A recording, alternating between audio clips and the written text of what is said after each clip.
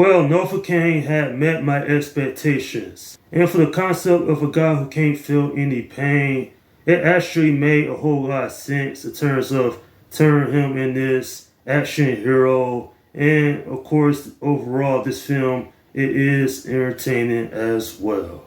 You know, when I had saw the trailer to this a few months ago, I was generally intrigued. And I believe this film did enough in the story that kept me invested, which is about a bank employee named Nathan, and he has a genetic condition called SEPA. He lives a very mundane life, so when he finally meets a woman named Sherry, then he actually ends up developing feelings for her, so when she is taken hostage by a group of bank robbers, then Nathan goes on a mission to save her.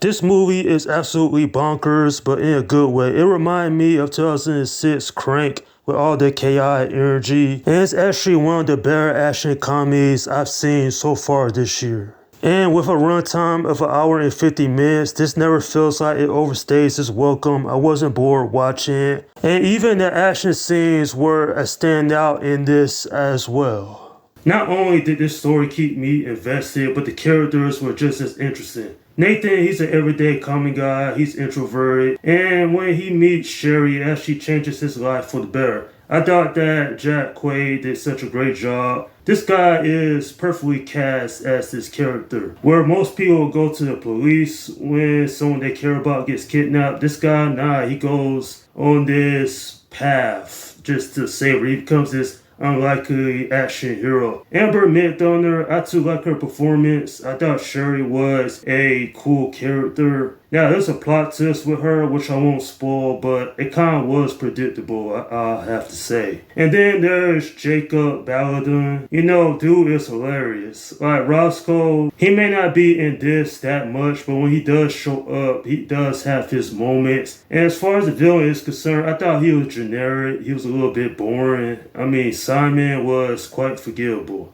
Plus, I also had to suspend my belief because there were some moments I was like, what? A small example of this is that a gun gets knocked out a bad guy's hand. Somehow that gun gets into another building. I mean, it's small moments, among other things. At the end of the day, while this might not be a great action film, it is still quite the thrill ride from beginning to end.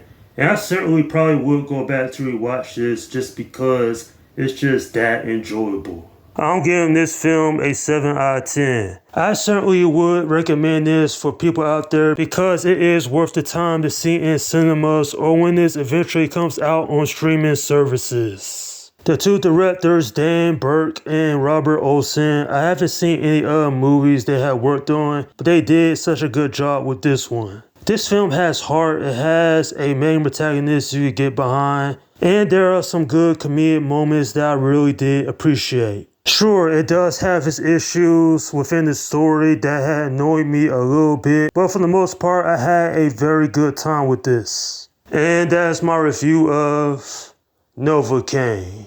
Okay, leave your comments down below in the section and let me know what you think about this movie. Alright, this is Film Guy 172 saying, peace out.